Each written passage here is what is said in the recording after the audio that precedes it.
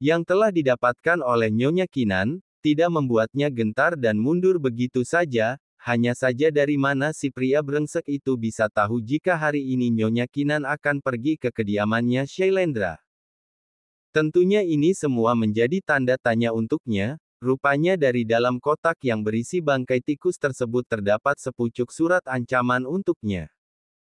Jika kau pergi, maka nasibmu akan sama seperti bangkai tikus ini. Nyonya Kinan tidak takut sama sekali, justru dirinya semakin semangat dan yakin dengan rencananya kali ini. Kejadian ini pun telah dilaporkan langsung kepada Komisaris Wiratama. Kediaman Shailendra.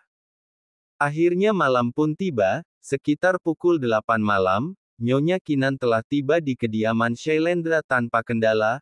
Hanya saja kali ini Nyonya Kinan melakukan pengamanan ekstra ketat atas dirinya, bahkan kedatangannya pun telah dikawal oleh beberapa mobil dari kepolisian atas perintah dari Komisaris Wira. Sambil menghela nafasnya, kini Nyonya Kinan mencoba turun dari dalam mobilnya sambil dibantu oleh salah satu pengawal pribadinya. Tidak lupa Komisaris Wira ikut mengekorinya dari belakang. Kehadiran Nyonya Kinan disambut hangat oleh Nyonya Jelita, Sagara dan juga Zara. Sedangkan Maura dan Akila berada di dalam bersama para suster pendamping mereka. Welcome Kinan, akhirnya kau menginjakkan kaki di rumahku. Sapa Nyonya Jelita. Terima kasih Jelita, setelah sekian lama, akhirnya aku bisa datang ke rumahmu. Jawabnya sambil memeluk Nyonya Kinan. Kemudian giliran Saga dan Zara menyapa kehadiran Nyonya Kinan. Setelah saling menyapa, kini Nyonya Kinan dipersilahkan untuk masuk ke dalam, dan ia pun sudah tidak sabar untuk bisa bertemu dengan cucunya. Komisaris Wira dan juga asisten Sandra ikut menemani Nyonya Kinan masuk ke dalam. Kini suasana hangat di dalam rumah kediaman Shailendra begitu bisa dirasakan oleh Nyonya Kinan. Kemudian Maura dan Akila datang secara bersamaan untuk menyapa Nyonya Kinan, sambil membawa buket bunga. Seketika Nyonya Kinan merasa terharu atas apa yang sudah dilakukan oleh Maura dan juga Akila, kedua anak kecil yang sama-sama mengenakan kursi roda tersebut, namun memiliki semangat juang untuk bisa sembuh melawan penyakit yang telah menggerogoti mereka berdua. Sejauh ini kondisi mereka mengalami banyak peningkatan, di mana Maura sudah mulai berjalan menggunakan tongkat, meskipun hanya beberapa kali saja dalam sehari, sedangkan Akila sendiri sudah sesekali diperbolehkan untuk tidak menggunakan kursi roda, itu pun saat di pagi hari. Setelah itu Akila tetap menggunakan kembali kursi rodanya demi masa penyembuhan setelah pasca operasi transplantasi ginjal di usianya yang masih sangat kecil. Nyonya Kinan sempat menangis haru melihat dua anak kecil di hadapannya, ia bahkan memeluk mereka berdua secara bergantian. Semoga kalian bisa segera pulih ya nak, tetap semangat. Ujarnya. Baik Maura dan Akila langsung menyukai sosok Nyonya Kinan yang baik hati. Karena malam sudah semakin larut, akhirnya acara makan malam pun segera dimulai. Nyonya Kinan sempat takjub akan menu hidangan di rumah ini yang bagaikan hotel bintang 5. Ya ampun Jelita, kau menyambutku sudah seperti menyambut tamu agung saja. Gak apa-apa kali Kinan, kau kan memang tamu agung, seorang wanita sukses pemilik perusahaan pertelevisian terbesar di negeri ini, siapa sih pengusaha yang tidak mengenal sepak terjangmu? Kau berjuang seorang diri setelah lebih dari 10 tahun suamimu wafat, aku salut denganmu Kinan, berbeda denganku, kalau tidak ada Saga, entah apa yang akan terjadi dengan perusahaan milik mendiang suamiku jika tidak ada yang mampu mengelolanya. Balasnya sangat bersyukur. Tapi kau masih berkiprah di dunia saham rumah sakit Edelweiss kan? Masihlah, itu adalah aset peninggalan dari kedua orang tuaku. Kalau bukan aku yang mengelola, lantas siapa lagi? Kau tahu kan kalau aku ini anak tunggal, berbeda dengan suamiku yang memiliki dua orang adik tapi, sudahlah tidak usah dibahas, ayo kita nikmati hidangan makan malamnya. Kini mereka makan malam bersama dalam suasana hening, hanya suara sendok dan garpu yang terdengar sedang menari-nari di atas piring. Setelah selesai makan malam, kini mereka semua digiring ke ruang keluarga untuk mengobrol sejenak, dan inilah waktu yang sangat tepat untuk menceritakan semuanya kepada keluarga Shailendra. Jelita, sebelumnya ada yang ingin aku sampaikan di sini, dan ini sangatlah penting.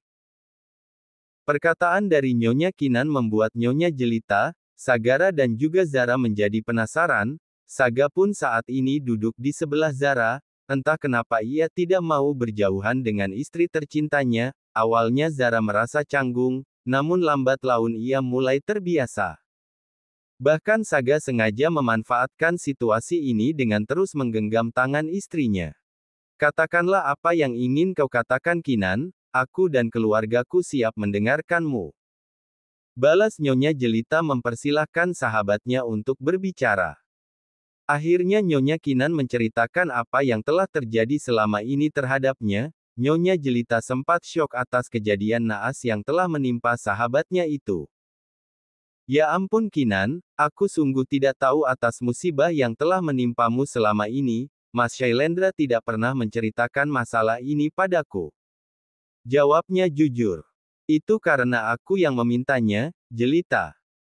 Mendiang suamimu dan suamiku adalah partner kerja sekaligus mereka berdua adalah sahabat baik. Apa kau dulu ingat, saat mendiang suamimu berniat untuk menjodohkan Sagara dengan salah satu putriku? Ucapnya sambil melirik ke arah Zara. Iya Kinan, aku masih ingat. Namun entah kenapa berita perjodohan itu seolah sirna begitu saja, setelah kau dan suamimu memutuskan untuk pindah ke luar negeri.